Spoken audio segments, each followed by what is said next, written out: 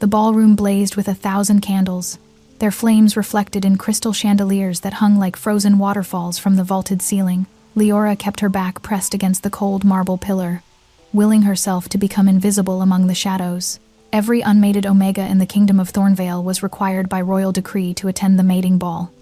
Refusal meant imprisonment, and so she had come, wearing the only gown she possessed, her dead mother's dress.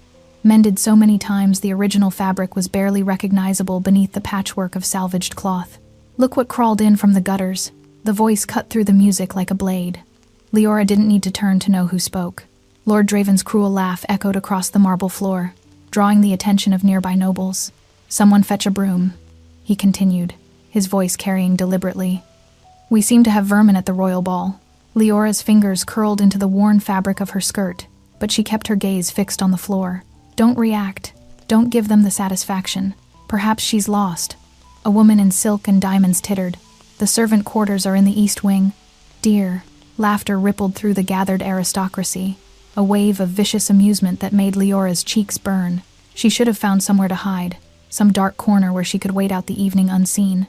But the guards had herded all the unmated Omegas into the main ballroom, ensuring they were displayed like cattle at market. "No, no, Lady Orvina." Lord Draven stepped closer, and Leora could smell the wine on his breath, the suffocating cologne that couldn't quite mask something rotten underneath. "She's here for the mating ball. This little gutter rat actually believes one of us might choose her." More laughter. Louder now. Leora felt the weight of 100 stares pressing down on her, each one sharp with contempt. "Tell me, girl." Draven's hand shot out, gripping her chin and forcing her face upward. His rings bit into her skin. "What could you possibly offer an alpha? You own nothing. You are nothing." Leora met his gaze despite every instinct screaming at her to look away. His eyes were pale gray, cold as winter stone, and filled with a cruelty that went far deeper than mere mockery. "I offer nothing, my lord," she said quietly. "I am here because the law commands it. Nothing more." "The law?" Draven spat the word. "The law was not written for creatures like you. It was written for proper Omegas, those with breeding and beauty." His grip tightened painfully. "You insult this gathering with your presence." "I pretend nothing." Leora's voice remained steady despite the fear clawing at her chest. "I merely obey." Something dark flickered in Draven's eyes. His other hand rose, and Leora braced herself for the blow. "Perhaps I should teach you proper respect," he murmured, soft enough that only she could hear. "Perhaps later tonight, after the ball, I'll show you exactly what gutter Omegas are good for." The threat hung between them. Leora felt ice spread through her veins. Then the music stopped. The sudden silence was so complete that Leora could hear her own heartbeat thundering in her ears. Draven's hand froze mid-motion, his head snapping toward the grand staircase at the far end of the ballroom. The Alpha King had arrived. Leora had never seen him before. Few common folk had. King Tavian of Thornvale was more legend than man, a ruler who had taken the throne at 17 after his entire family was slaughtered in the Blood Moon Massacre. That was 10 years ago. In all that time, he had never chosen a mate, had never shown interest in any Omega presented to him. Some whispered he was incapable of love. Others claimed his heart had been carved out alongside his family's bodies. Looking at him now, Leora could believe both rumors. He descended the staircase with the fluid grace of a predator, each movement precise and controlled. He was tall, impossibly so, with shoulders broad enough to block out the candlelight behind him. His hair was black as a raven's wing, swept back from a face that seemed carved from shadow and moonlight-sharp cheekbones. A jaw that could have been cut from granite, lips pressed into a firm line that suggested he had forgotten how to smile. But it was his eyes that stole Leora's breath. They were gold. Not amber, not honey, pure molten gold that seemed to glow with an inner fire. Those eyes swept across the ballroom with cold assessment, and every noble present bowed their head in submission. Every noble except Draven, whose grip on Leora's chin had not loosened. The Alpha King's gaze stopped. On her, Leora felt the weight of those wolf-bright eyes like a physical force, pinning her in place. For a heartbeat, everything else ceased to exist. The crowd, the music that had tentatively resumed, even Draven's cruel fingers on her face. There was only the king, staring at her with an intensity that made her wolf spirit howl in recognition. Impossible, she thought. He's not looking at me. He can't be. But he was. And now he was moving. The crowd parted before him like water before a ship's prow, nobles scrambling to clear his path. His stride never faltered, never slowed. Those burning eyes never left her face. Draven finally released her chin, stepping back with obvious reluctance. "Your Majesty," he began, his voice smooth with practiced deference. "I was just explaining to this unfortunate creature that she—" Silence. The single word cracked through the air like thunder. Draven's mouth snapped shut, his face draining of color. The Alpha King stopped directly in front of Leora. This close, she could see the faint scars that traced along his jawline, could smell the wilderness that clung to him, pine and snow, and something ancient that made her blood sing. He studied her face with an expression she couldn't read. Confusion? Recognition? His nostrils flared slightly, and she saw his pupils dilate. "Your name," he said. His voice was deep, rough, as if he rarely used it. "Leora, Your Majesty." The words came out barely above a whisper. "Leora," he repeated it slowly, tasting the syllables. Something shifted in his expression, something that looked almost like pain. Then, without warning, he reached up and removed the crown veil from his shoulders. Gasps erupted throughout the ballroom. The crown veil was sacred. A cloth of midnight blue silk shot through with threads of silver that had been passed down through generations of Thornvale kings. It was never removed in public. It was never, ever given to another. But the Alpha King was draping it over Leora's shoulders as if it belonged there. The weight of it settled against her patched dress, impossibly soft and warm. Where it touched her skin, she felt a tingling sensation, like lightning dancing just beneath the surface. "Your Majesty," Draven's voice cracked with shock. "You cannot, she is nothing, an orphan with no lineage, no." The growl that erupted from the Alpha King's chest was barely human. It resonated through the marble floor, through Leora's very bones, and every Omega in the room dropped to their knees in instinctive submission. "She is mine." 3 words. 3 impossible words that changed everything. Leora stood frozen beneath the weight of the crown veil. The weight of 1,000 stares. The weight of a fate she had never asked for. And when she looked up into the Alpha King's amber gaze, she saw something that terrified her more than Draven's threats, more than the crowd's hatred, more than her own uncertain future. She saw hunger. The moments that followed blurred together in a haze of chaos and whispered outrage. Leora was aware of hands guiding her, not roughly, but firmly away from the ballroom. She was aware of Draven's pale, furious face watching her departure. She was aware, most acutely, of the Alpha King walking beside her, close enough that his arm occasionally brushed against hers, sending sparks cascading through her nervous system. "This isn't happening," she told herself. "This cannot be happening." But the crown veil was still draped over her shoulders, its weight undeniable, and the king's intense stare still fixed on her. They entered a corridor she had never seen before, had never been permitted to see. The walls were lined with tapestries depicting wolves running beneath blood-red moons, and the air smelled of ancient power and secrets. "Your Majesty," Leora finally managed, her voice steadier than she felt. "I don't understand. Why would you will address me as Tavian." She blinked. "I what?" "My name." He stopped walking, turning to face her. In the torchlight of the corridor, his features seemed sharper, more wolf than man. "You will use it. I cannot possibly. You are wearing my crown veil." His voice brooked no argument. "You became mine the moment it touched your shoulders. My laws, my protocols, my titles, none of them apply between us now." Leora's heart hammered against her ribs. "But I didn't ask for this. I didn't ask for any of this." Something flickered in his gaze. Was that surprise? Amusement? "No," he agreed quietly. "You didn't." The silence stretched between them. Finally, Leora gathered her courage. "Then why?" she demanded. "There were 100 Omegas in that ballroom. Nobles, beauties, wealthy heiresses who would have wept with joy to receive your attention. Why me?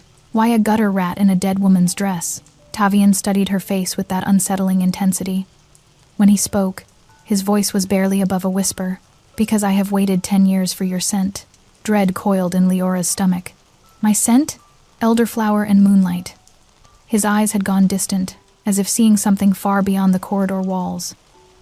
"I smelled it once before, in a dream I had the night before my family died. A dream of a woman with silver in her soul and starlight in her eyes." His gaze snapped back to her, sharp and present. "I have been searching for that scent ever since. Tonight, the moment you entered the ballroom, I knew." "Knew what?" Leora whispered. "That you are my fated mate." The words hung in the air between them, impossible and inevitable. Leora wanted to argue, to deny, to run, but something deep inside her, something she had spent her entire life suppressing, recognized the truth in his claim. Her wolf knew him. "This is madness," she breathed. "Perhaps." Tavian stepped closer, and Leora found herself rooted to the spot. But madness or not, it changes nothing. You are under my protection now. No one will mock you. No one will threaten you. No one will ever touch you without your consent again. His hand rose toward her face, then stopped, hovering inches from her cheek. May I? The question startled her. This man, this king who could command armies, who could take whatever he wanted, was asking permission to touch her. Leora nodded, not trusting her voice. His fingers brushed her cheek with devastating gentleness. The touch sent fire racing through her veins, and she saw his pupils dilate in response, heard the sharp intake of his breath. What are you? He murmured, more to himself than to her. Before she could answer, a commotion erupted behind them. Your Majesty, a guard came running, his face pale with urgency. Forgive the interruption, but there's been an incident. Lord Draven demands an audience. He claims the claiming was unlawful, that the girl is already promised to him through a debt contract. Leora's stomach dropped. What? No, that's not, I never. Tavian's expression had gone cold as winter stone. What contract? He says her father owed him a gambling debt before his death, that the girl was signed over as collateral. That's a lie. Leora's voice rose with desperation. My father never gambled. He was a scholar. We will settle this.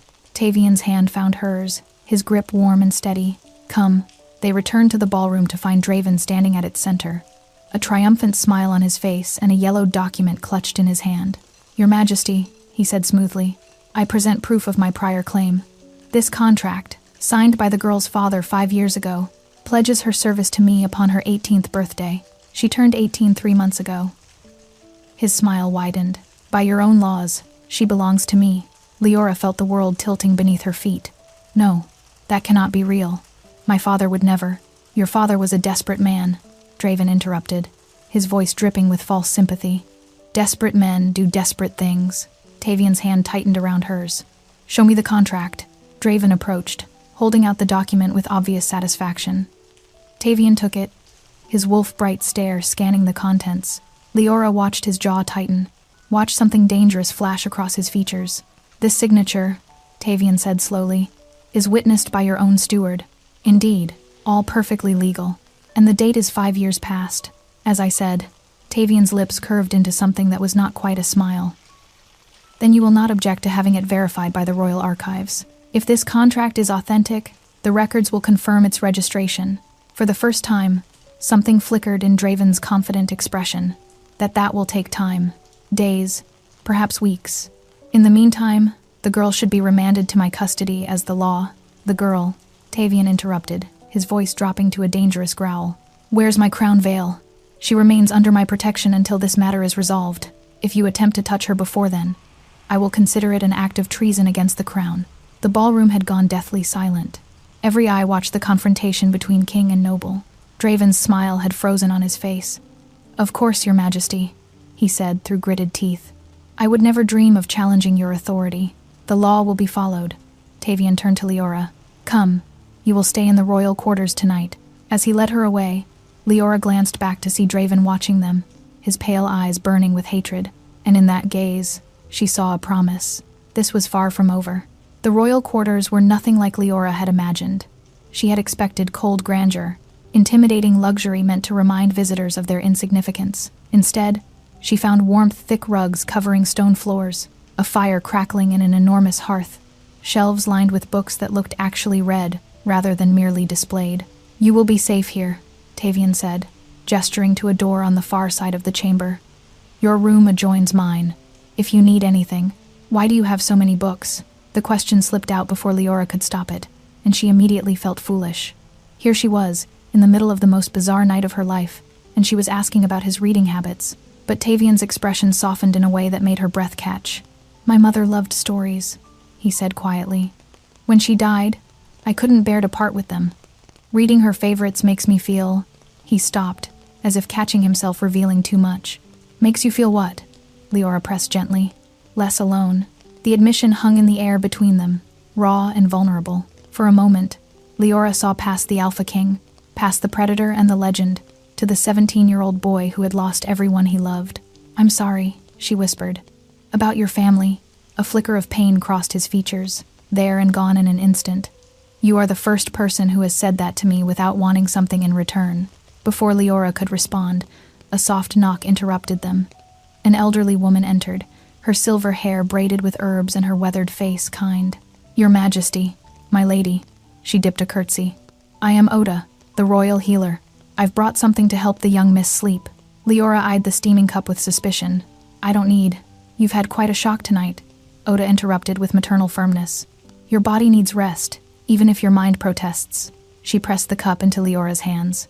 "Drink. It's only chamomile and honey, nothing more." The warmth seeped into Leora's cold fingers, and she found herself taking a sip despite her reservations.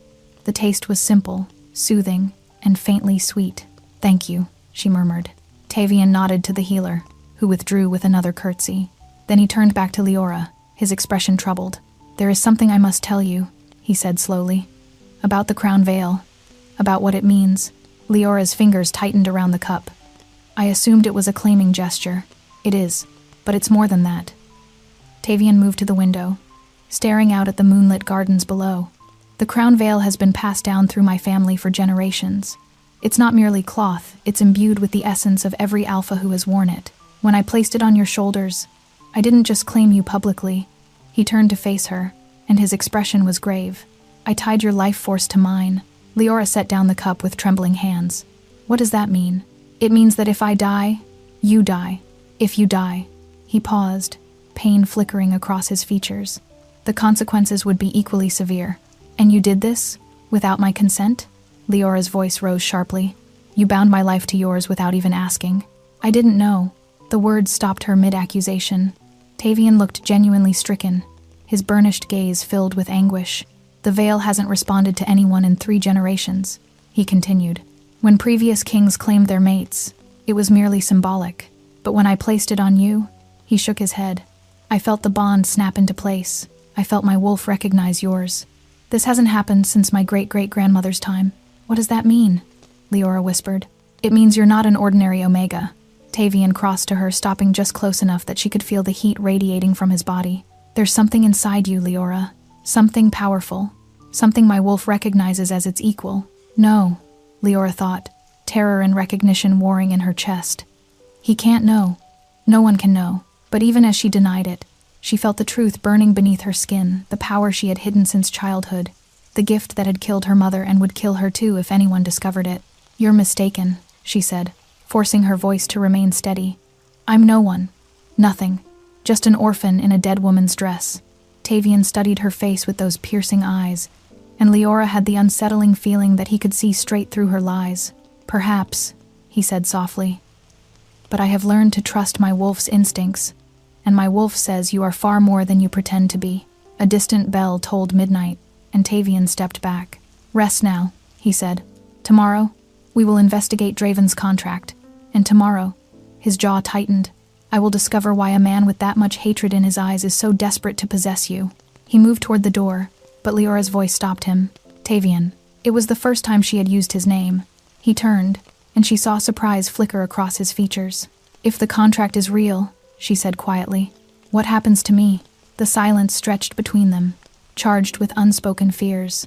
"It won't be real," Tavian finally said. "But if it is," his amber stare met hers, and in it she saw something fierce and protective and frightening. "Then I will burn every law in this kingdom to the ground before I let him touch you." The door closed behind him, leaving Leora alone with the crackling fire and the impossible weight of the crown veil still draped across her shoulders. She touched the fabric with trembling fingers, feeling the ancient power humming beneath the silk. "Tied your life force to mine," he had said. She could feel it now, a thread of awareness stretching between them, growing stronger with each passing moment. But that wasn't what frightened her most. What frightened her was how much she wanted to follow that thread, how much she wanted to believe that anyone might finally see her for what she truly was without running in terror. Outside her window, a wolf howled in the distance, and deep inside Leora's chest, something ancient and wild howled back. Sleep came in fragments, each one filled with visions that felt more real than waking. Leora dreamed of running through moonlit forests on 4 legs, her paws silent against the frost-covered earth. She dreamed of burnished eyes watching her from the shadows, of a voice calling her name in a language older than words. She dreamed of fire. When she woke, dawn was bleeding through the window, and her body ached as if she had truly run for miles. The crown veil lay pooled on the pillow beside her, its silver threads catching the early light like captured stars. A knock at the door made her heart lurch. "My lady?" Oda's voice came through the wood. "The king requests your presence in the archives. They've found something." Leora dressed quickly in a gown that had been laid out for her, simple but finely made. Nothing like her patchwork rags. When she emerged, she found Tavian waiting in the outer chamber, his expression dark, with barely contained fury. "The contract," he said without preamble. "It's been registered in the archives." Leora's knees nearly buckled. "That's impossible. My father would never. The registration is dated 3 days ago." The words hung in the air, their implications slowly sinking in. 3 days ago. Not 5 years past, when the contract was supposedly signed, but 3 days ago. Draven forged it, Leora breathed. He created it specifically for the ball. Yes. Tavian's voice was deadly calm. But proving forgery requires evidence, and Draven has been thorough. The paper is aged correctly. The ink matches records from 5 years past. Even the handwriting. He stopped, his jaw tightening. Even the handwriting, what? It matches samples of your father's writing from the Scholars Guild. Leora felt the floor tilt beneath her. How? How could he possibly have? Your father's personal effects, his journals, his letters. Tavian's gaze met hers. Do you know what happened to them after his death? The realization hit Leora like a physical blow. Draven. He was my father's patron for a time. He funded his research before. She pressed her hand to her mouth. He must have kept copies, letters, anything with my father's signature, and used them to forge a perfect imitation. The door burst open before Leora could respond. A guard rushed in, his face ashen. Your Majesty, Lord Draven has invoked the right of ancestral challenge. He demands the contract be honored immediately, or what? Tavian's voice dropped to a dangerous growl. The guard swallowed visibly. Or he will petition the Elder Council to have your claiming declared void. He says the crown veil was placed unlawfully on a bonded Omega. I am not bonded to him. Leora's voice rang through the chamber. I have never even spoken to that man before last night. The contract says otherwise, my lady. The guard couldn't meet her eyes. And the Elder Council has agreed to hear his petition. Today, within the hour. Tavian moved so quickly, Leora barely saw him cross the room. He gripped the guard's collar, lifting him onto his toes. Who authorized this? The Alpha King's voice had gone wolf-rough. Who on the council dares to challenge my claim? Lord Mordecai, Your Majesty. He says ancient law supersedes even the king's will. Tavian released him with a snarl that made Leora's wolf spirit cower instinctively. But beneath her fear, she felt something else, a fierce protectiveness rising from a place she didn't recognize. He's fighting for me, she realized. Against his own council, his own laws, for someone he barely knows. Tavian. She touched his arm, and he stilled instantly at the contact. If we fight this publicly, we play into Draven's hands. He wants chaos. He wants you to look like a tyrant. Those burning eyes turned to her, wild with barely leashed rage. What would you have me do? Hand you over to him? No. Leora's voice was steady despite the terror clawing at her chest. I would have you let me speak. Speak before the council. Let me testify. Let me tell them what Draven threatened in the ballroom, what he promised to do to me. She lifted her chin. Let them see who he truly is. For a long moment, Tavian simply stared at her. Then, slowly, the corner of his mouth curved upward. You are unlike anyone I have ever met. Leora of no house and no name. Is that a compliment or a concern? I haven't decided yet. Despite everything, the fear, the uncertainty, the impossible situation, Leora felt a laugh bubble up in her chest. And when Tavian's eyes warmed in response, she felt that thread between them pulse with something that might have been hope. But the moment shattered when a scream echoed from somewhere deep within the castle. Then another. Then the unmistakable sound of wolves howling not outside the walls, but within them. Tavian's head snapped toward the door. That came from the servants' quarters. My lady, Oda burst through the doorway, her face white with terror. They found a body. One of the kitchen girls. The healer's voice broke. She's been torn apart. And there's a message, written in her blood. What message? Tavian demanded. Oda's eyes found Leora's, filled with horrified sympathy. It says, the gutter rat dies at moonrise. No king can save what already belongs to me. The castle descended into chaos. Guards swarmed through every corridor, searching for an intruder that had somehow breached the most heavily warded fortress in Thornvale. Servants huddled in terrified groups, whispering about the murdered girl, about the bloody message, about the Omega who had brought doom upon them all. Leora heard the whispers. She heard them call her cursed, call her a harbinger, call her things far worse than anything Draven had said at the ball. They're right to fear me, she thought, pressing her back against the cold stone of Tavian's chambers. They just don't know why. Because the truth was worse than any rumor. The truth was that Leora knew exactly what had killed that kitchen girl. She had felt it happen, in the early hours of the morning, while she'd dreamed of running through forests. Something had brushed against her consciousness, something dark and hungry and utterly without mercy. She had felt claws tear through flesh, felt hot blood splash across fur, felt savage satisfaction at the terror in a young woman's eyes. She had felt it because whatever killed that girl shared something with Leora, the same gift, the same curse. You need to tell me what you're hiding. Tavian's voice cut through her spiraling thoughts. He stood by the window, his back to her, but she could see the tension in his shoulders, the rigid line of his spine. I don't know what you... Don't. The word was sharp. Something happened last night, something connected to you. I felt it through the bond, a flash of darkness, of violence, and now a girl is dead with your name written in her blood. Leora's throat tightened. You think I killed her? He turned then, and she saw the war raging in his eyes, suspicion battling against something softer, something that looked almost like desperation. I think you know more than you're saying, and I think whatever secret you're keeping might be the key to stopping this before anyone else dies. The silence stretched between them. Tell him, a voice whispered in Leora's mind.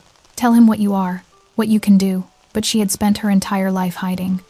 Her mother had died because she revealed her gift to the wrong person. Her father had spent his final years in poverty because he refused to let anyone experiment on his daughter. The secret had cost Leora everything. And yet, my mother was a seer. The words fell into the silence like stones into still water. Leora watched Tavian's expression shift surprise, then understanding, then something that looked almost like relief. A seer, he repeated slowly. That's why the crown veil responded to you. That's why my wolf recognized you as an equal. It's more than that. Leora forced herself to continue, each word dragged from somewhere deep and painful. My mother could see the future. I can see. She swallowed hard. I can see through the eyes of others. Wolves, mostly. Sometimes humans, if the emotion is strong enough. You can share consciousness with others? Not share, witness. Leora wrapped her arms around herself. I can't control it. It just happens, usually in dreams. And last night you saw through the killer's eyes. She nodded miserably. I felt what they felt. The hunger, the hatred. Her voice dropped to a whisper. They wanted me to see it. They wanted me to know they were coming. Tavian crossed to her in 3 strides, his hands gripping her shoulders with urgent intensity. Who did you see? I don't know. Their mind was fractured. Wrong. Like a wolf, but not. Like something that used to be a wolf before it became a shadow wolf. The words sent a chill down Leora's spine. A what? Tavian's face had gone pale beneath his tan. An old curse. I thought it was only legend. His grip on her shoulders tightened. Shadow wolves are created when a wolf's spirit is corrupted by dark magic. They exist between forms neither fully human nor fully beast. And they can only be created by... He stopped abruptly. By what? Leora demanded. By someone with the power to manipulate wolf spirits. Tavian's piercing stare bored into hers. By a seer. The implication hit Leora like a physical blow. You think I... No. His voice was fierce. But someone with your gifts created that creature. Someone who wanted to frame you for murder. His jaw tightened. Someone who wants the council to believe you're dangerous enough to warrant immediate execution. Draven, Leora breathed. Draven doesn't have magical ability. But he has money, connections. Tavian's expression darkened. And he clearly has access to a corrupted seer willing to do his bidding. A knock at the door made them both tense. Your Majesty, the guard's voice was strained. The Elder Council has reached a decision.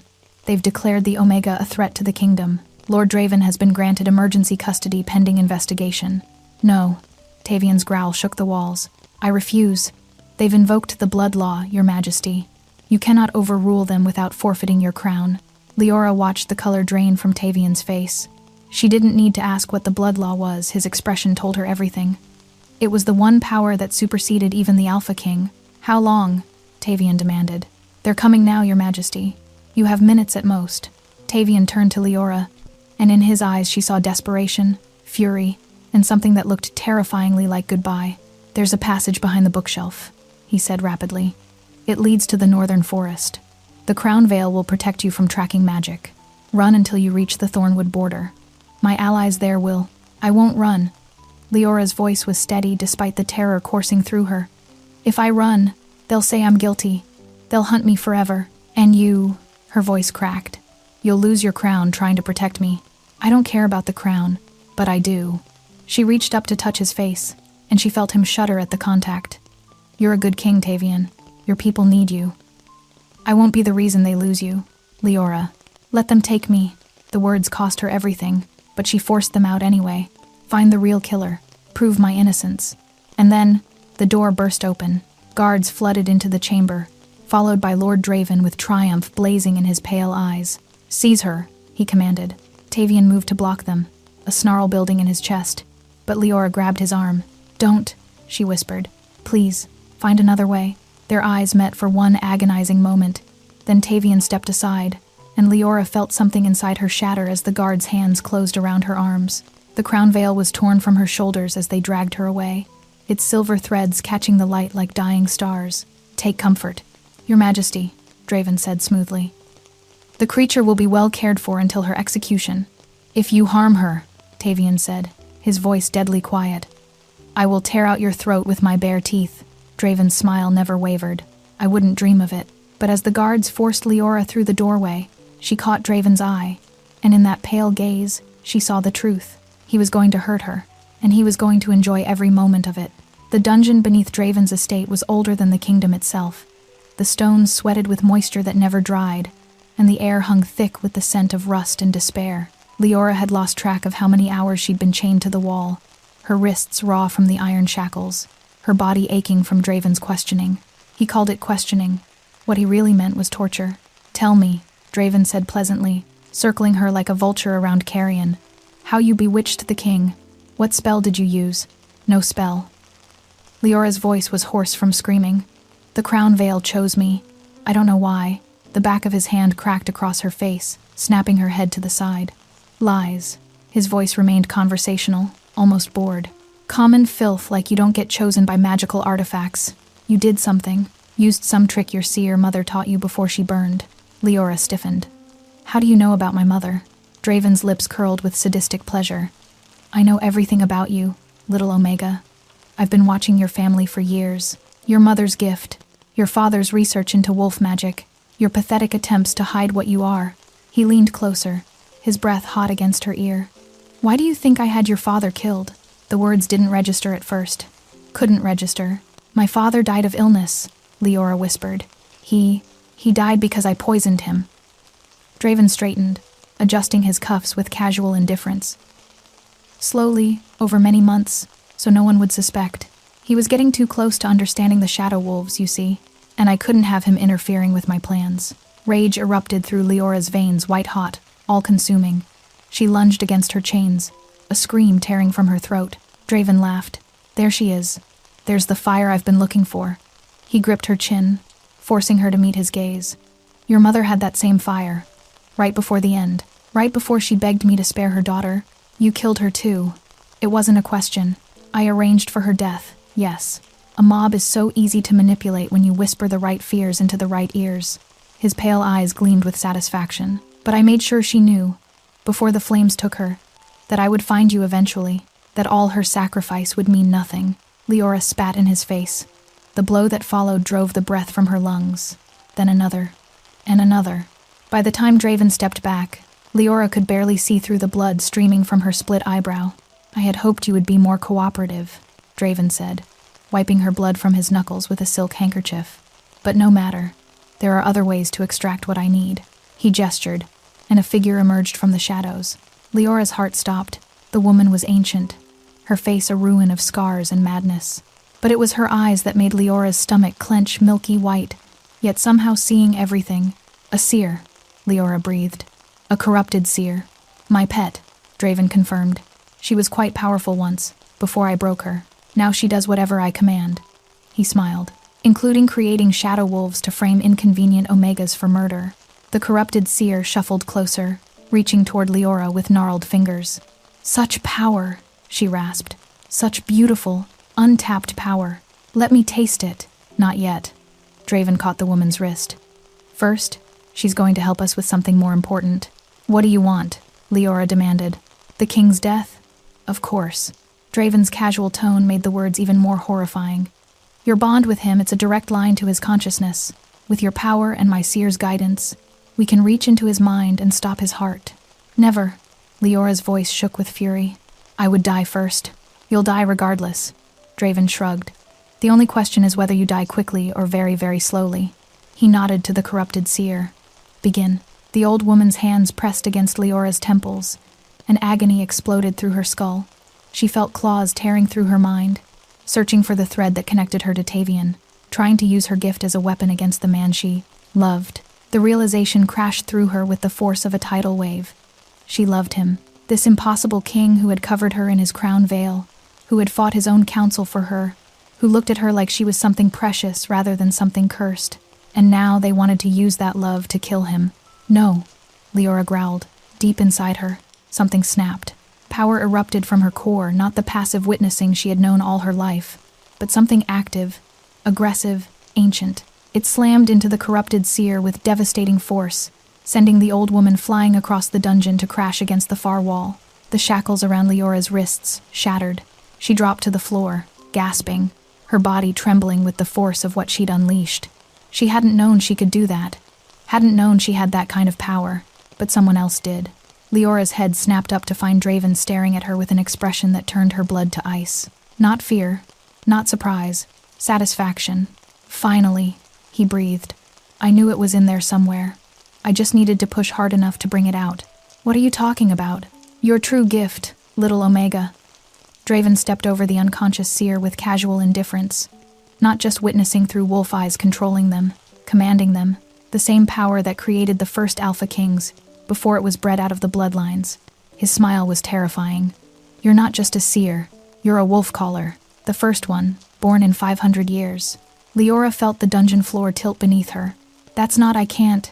You just did. Draven gestured to the shattered shackles, the crumpled seer.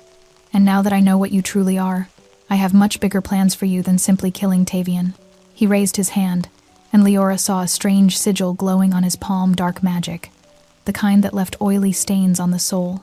Sleep, he commanded. The darkness took her before she could scream. Leora woke to the smell of burning sage and the sound of chanting. Her body was bound to a stone altar in the center of a clearing she didn't recognize. Ancient trees loomed overhead, their branches blocking out everything except fragments of a blood-red moon, the same moon that had been promised in the bloody message. Moonrise. The deadline had arrived. Hooded figures surrounded her in a circle, their voices rising and falling in a language that predated human memory. And standing at the head of the altar, his pale eyes reflecting the crimson moonlight, was Draven.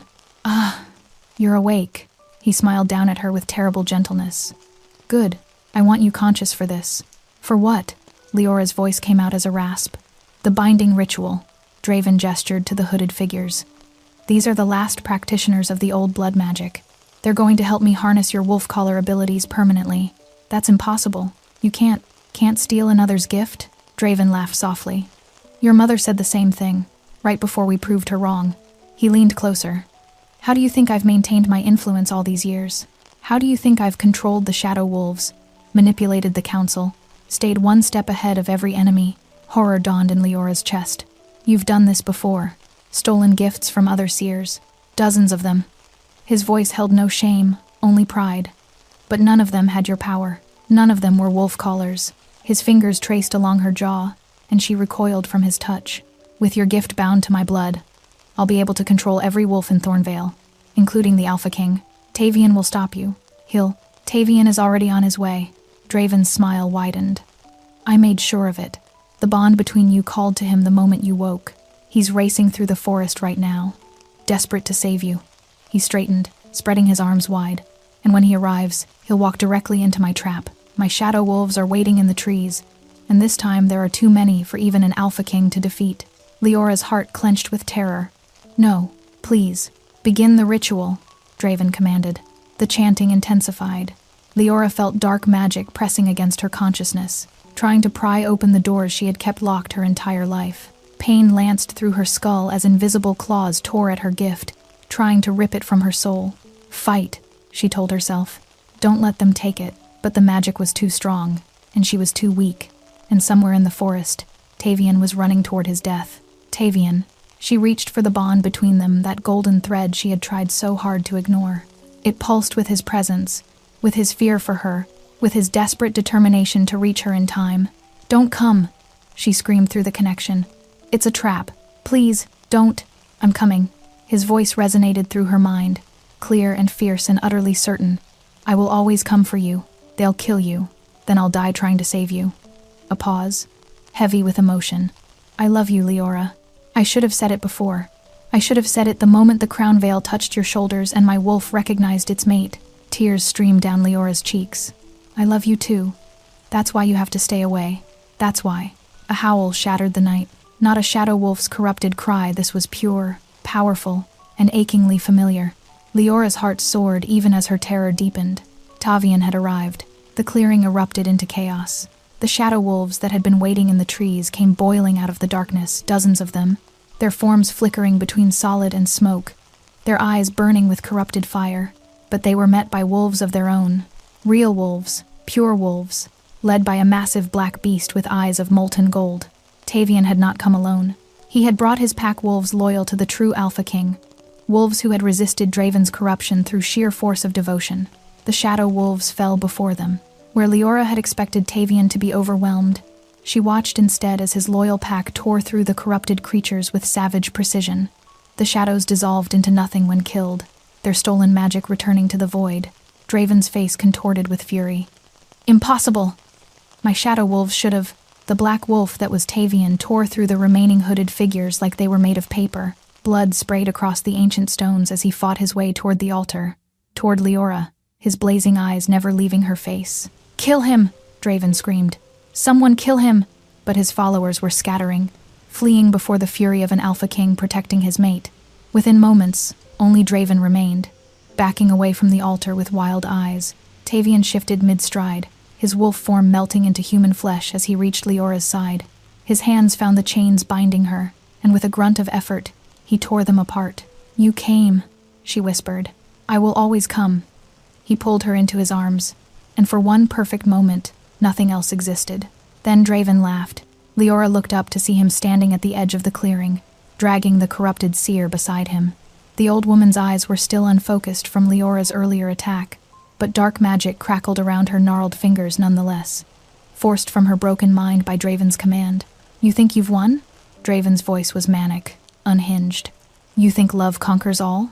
He thrust the seer forward, and dark energy exploded from her ruined body. The blast caught Tavian full in the chest. He flew backward, crashing into the altar with a sickening crack. When Leora reached him, she found blood pouring from a wound in his side, a wound that pulsed with silver-black corruption. "No," she breathed. "No, no, no. Shadow poison," Draven called out triumphantly. "It will spread through his blood within minutes, and when it reaches his heart, I'll kill you." Leora's voice was barely recognizable, more wolf than human. "I'll tear you apart. You could try, but then who would save your precious king?" Leora looked down at Tavian's ashen face, at the corruption spreading across his chest, and knew Draven was right. She couldn't fight him and save Tavian. She had to choose. It wasn't a choice at all. "Go," Tavian rasped, gripping her wrist with fading strength. "Kill him. Don't let me." "Shut up." Leora pressed her hands to his wound, reaching for the power that had shattered her chains. "You don't get to die. Not after everything. Not when I finally... The poison is too strong." His eyes were dimming. "You can't heal shadow corruption. No one can. I'm not no one." Leora closed her eyes and reached for something deeper than her seer gift, deeper than the wolf collar power Draven had awakened. She reached for the bond itself, that golden thread connecting her soul to Tavian's. "You said my life was tied to yours," she thought fiercely. "So take some of mine." She felt the moment the transfer began a rushing sensation, like water pouring from one vessel into another. Her life force flowed into Tavian, pushing back against the shadow corruption, burning it away with the pure light of their bond. Pain exploded through her body. She felt herself weakening, felt darkness creeping at the edges of her vision, but she didn't stop, couldn't stop. Not until Tavian gasped, his eyes flying open, clear gold once more. "Leora!" His hands caught her as she collapsed. "What did you do?" "What?" "Saved you," she whispered. "Like you saved me. You're dying." His voice cracked with anguish. "The transfer took too much. You're..." Worth it. A slow clap echoed through the clearing. How touching. Draven stepped closer. The corrupted seer's body crumpled and smoking behind him used up, discarded. You've traded your life for his.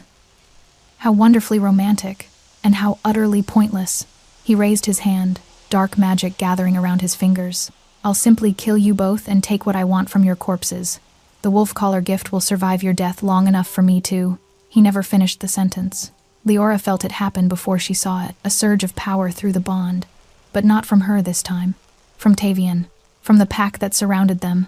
From every wolf in Thornvale who had ever bent knee to the true Alpha King. Their strength poured into her, filling the void left by her sacrifice.